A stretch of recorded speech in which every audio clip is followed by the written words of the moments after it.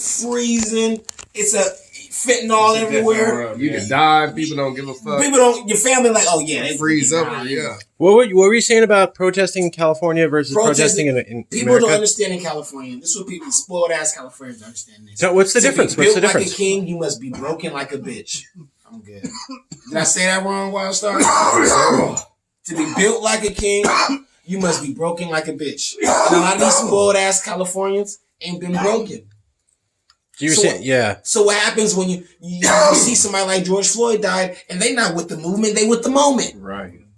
That's why you don't see them around still, holding that same weight. Right. What's after the protest? I'll be damned if these kids I'm talking to march another 30 years. They're not doing it. It's not going to happen. They're not doing it. So you were saying when you go to America, it seems like people are broken, and in California, they're spoiled. When I go across the country, it seems like the people in California got that life and bullshit and their priorities fucked up. Versus what's 100%. When in Ohio, it's life and death and survival 24/8. Got it. You see, and the problem is in our, we so focused on, out there in the Midwest and Ohio, like the minimum wage is like $7, $8. Right. So if you make $12 an hour, you shitting on half the community. Exactly. You understand that, right? $12 an hour is doing very well. Oh man, you could be a detention officer. Got it. Because there's not that many jobs now. Let's talk about the reality of the jobs you have. Got it. And renting your own home. So now you come to California, and it's the capital of schemes and scams, bribes and fraud, deceit and sex. We're so close to Las Vegas. We're so close to LA. Dreams are getting sold and people are getting bought out every day. It's amazing to me that when you run for governor, you don't campaign the most in the capital of California. You campaign the most in LA and the Bay and whatnot. Mm-hmm. Larger what does that mean to you? What does that say? It means the influence is not in the capital where it should be. The laws get written where? In the capital? Exactly. Our museums, our state museums are where? The capital. Secretary of State house. Is where? Capital. Disneyland even got theirs. Disneyland Museum. Did you know that's here in the capital? Did you know that? No, really? Disneyland, yes. The California State Museum, yes. No shit. Huh. Okay, I'm educated. The capital. I haven't been educated on California trivia since Schulhauser, sir, so you take the award. No, it's okay. They all live here. Senator Bradford, Holly Mitchell. All of them. I like Holly Mitchell. Where do they all work, though? The capital.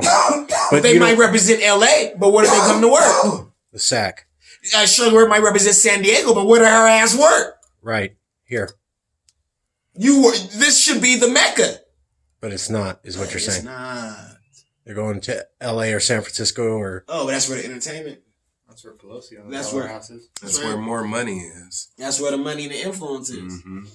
What's worth more than money? Influence. Exactly. The Pope ain't got to be the richest motherfucker in the world because the Pope got all the influence.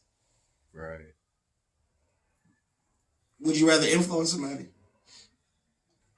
So you're saying the Californians don't have their priorities, and when you travel to other parts in America, they've... And they don't even have their priorities.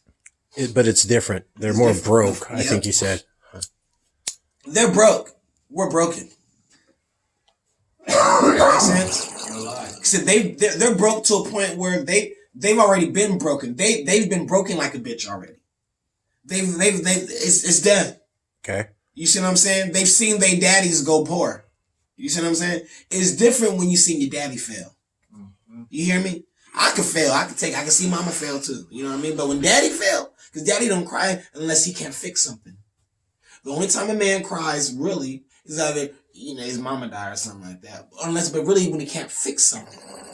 My family's hungry. I can't fix that.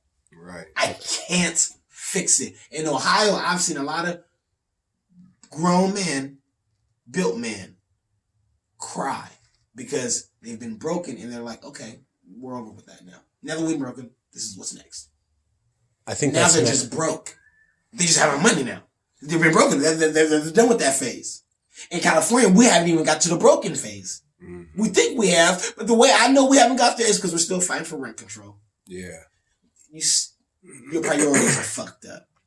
So it hasn't gotten as bad in California. It hasn't gotten to the fact where you've been broken, where you've seen your daddy cry because he lost his entire. You see, he worked 30 years at this coal factory, thinking that he was gonna work and retire, and then you was gonna look at him work there, and then you was gonna take in there and get you a spot there, and then your kids gonna work in the coal factory, and all that shit is gonna be for generations because that's what he was told, that's what he was taught, that's all he knew. He knew steel. And then next thing you know, you see these Ford Cruisers coming, these car factories, these Mitsubishis, all these Teslas and all that. You see jobs get exported out of the country, and you're looking at this. You're looking at the foundation that you've created the American dream as an illusion in your head, and you're watching that go away, piece by piece, and you can't stop it.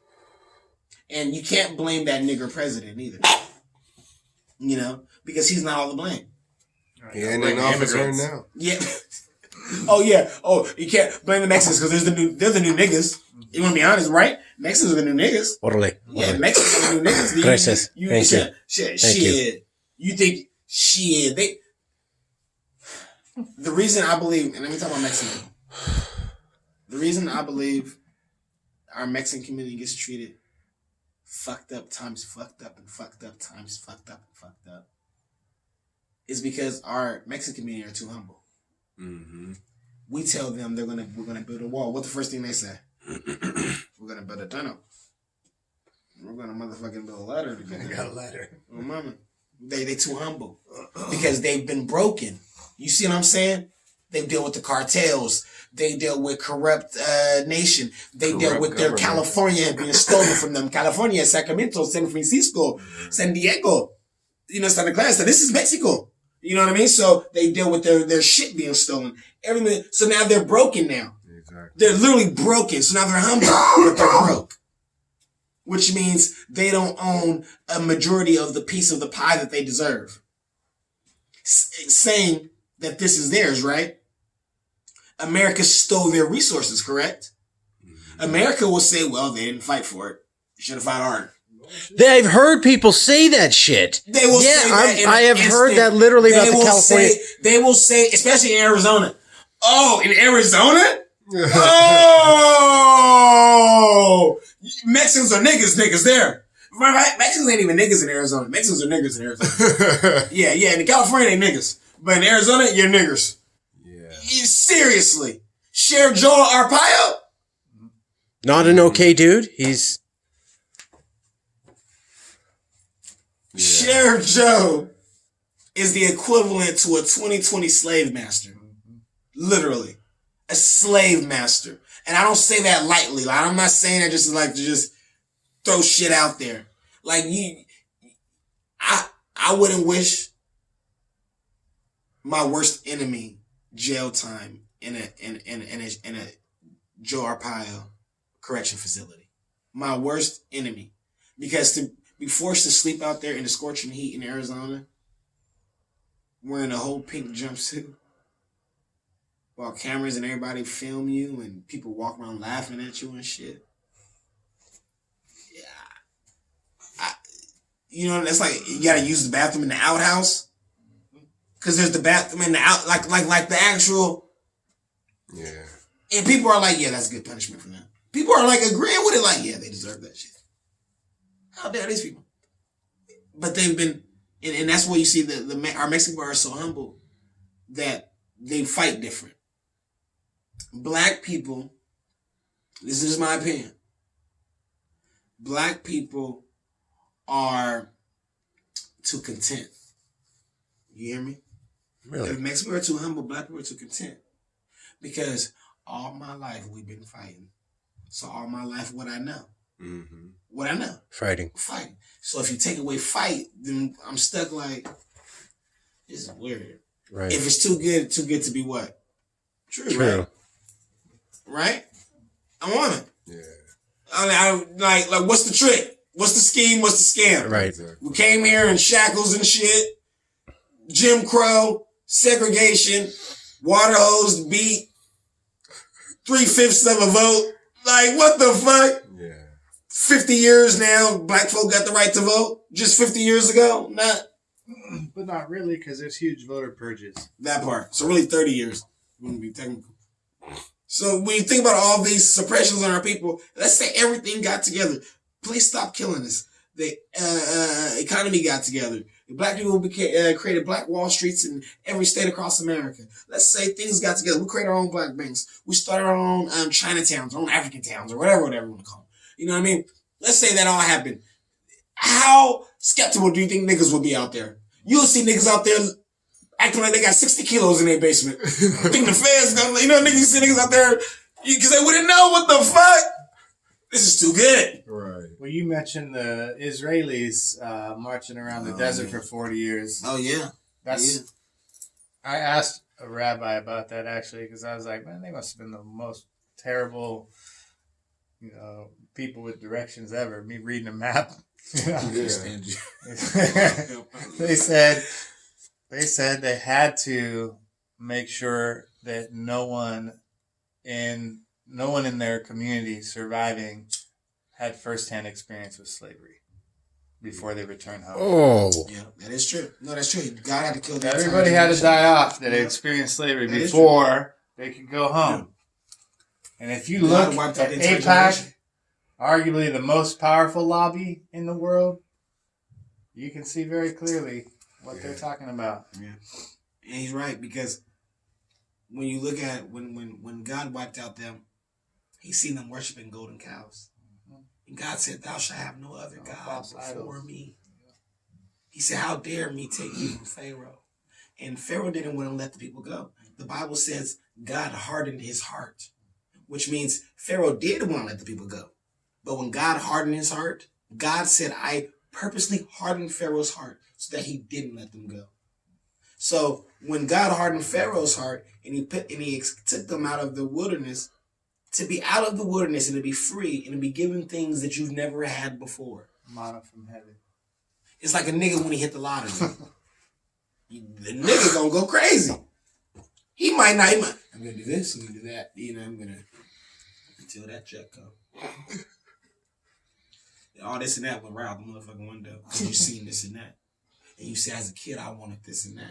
Mm-hmm. And now that I got this and that, what I'm going to get? This and that. Okay? You see these motherfuckers escape slavery, escape the wilderness, escape Jim Crow. They get these EDD checks. They get all this shit. They get all this shit. And what the first thing they do? Gucci, Jordans, Yeezys, rims, motherfucking cars that they don't own, houses they ain't own. Right there. You see what I'm saying? No lease, no LLCs, deeds, trusts, and wills. Yep. None of that. Yeah. But PS5s and shit, iPhone 12s and shit. Priorities all fucked up. And the parents are responsible because the parents are endorsing it. Right. And modeling it. Yep. And modeling it, exactly. This is going to be the downfall of America. And I know. I don't know everything, but I know this. And you mark my words right now. This is the downfall of America. Materialism and individualism. And convenience.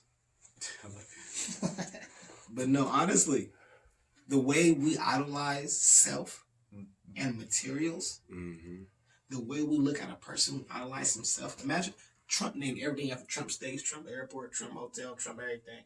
The way that man idolizes himself, and we feed on that. People aspire for 70 million people ate that shit up. The American dream is to become that. Right. That's what it look like.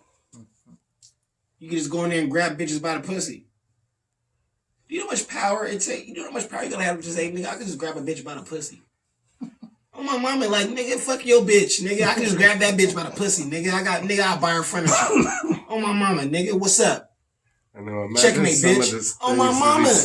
The nigga could shoot somebody on Madison Avenue. Bruh, think how much money and power you... Imagine when people are pumping you up. I see how Hitler got his power. Yeah. It's not hard to realize now. That's why there's all those comparisons. And then when you see and when you see those people in the wilderness idolizing golden calves and shit, and God sees all how they idolize all this shit. And God said, okay, yeah, we see how you love these Teslas. We see how you threw a gift shop in the church. We see how you threw an ATM machine in the church. We see how you profit off of these people instead of serving these people like you were elected to do. God sees all this. God says, I see you pastors running for office when I told you can't serve two masters. I told you can't serve two masters. How dare you run for office? And you're supposed to serve the flock. You can't serve people and bring people to Christ if you serve people and bring people to the city's failures and faults. How dare you? That's why I can't stand a pastor that run for office. Oh, that motherfucker right there. But you can't talk about pastors because God said I will judge them first. God said it's not your role to judge. Right. So you got to leave the pastors off the limits. That's why I was always trying to get you to go to church. Got to. Because I knew. Not us. Yeah, but I know the influence. Jews can point fingers at everybody. But I know the influence of the pastors. You know what I mean? Right. How God looks at those who are ordained. You know what I mean? It's like how I would look at somebody who marries me to my wife. You know what I mean? This man is God sent to do this job to get me to the woman I love. You see what I'm saying? You have a job to do. Yeah. So if that's your job and that's between you and if God is your CEO, then that's between you and your CEO.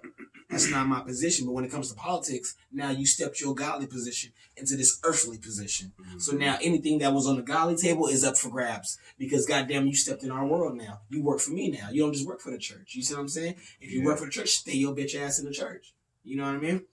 That's why it's these elected officials, when I say they lost ways, is they really lost connection. They lost the not the gift of gab, but the gift of game.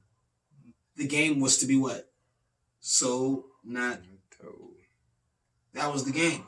Right. My mama said, hard head, make a soft ass. I said I never knew what that meant. I kept living a little bit. And then I realized what the fuck that meant. West in this state, they don't get it yet because they haven't really been through anything. The last major atrocity, I'm 28 years old. The last major atrocity I could really even think of, I remember it a little bit, is when I was a little boy and 9/11 happened. Okay, right. So imagine the last atrocity these kids have really ever seen was the George Floyd, the Trayvon Martins and shit like that. Exactly. They haven't really lived through anything. We really think of it. We really think of it in literal sense. You haven't really escaped a recession. You haven't went through the Great Depression. You didn't go through Jim Crow. You didn't go through you didn't really see the war in Iraq. You didn't know who Dick Cheney is. Ask a 23-year-old who Dick Cheney was. Straight up. Say who's Dick Cheney. No, fuck that. Say who's Donald Rumsfeld. Thank you. And what was his position? John Ashcroft. Thank you. Thank you. That's John Kelly. Ask him about John Kelly. See, that's in this current administration. Yeah. Ask him about General Say, who the fuck is John Kelly? What is his legacy in America? And see if they got an answer. Right. You can ask 30, 40-years that they still wouldn't. They don't know. In some countries, you have no choice but to learn politics. You are forced. And in America, one of the only countries, you don't have to know shit. You can be stupid than a motherfucker. You have to vote in Ireland. It's the law. Yeah.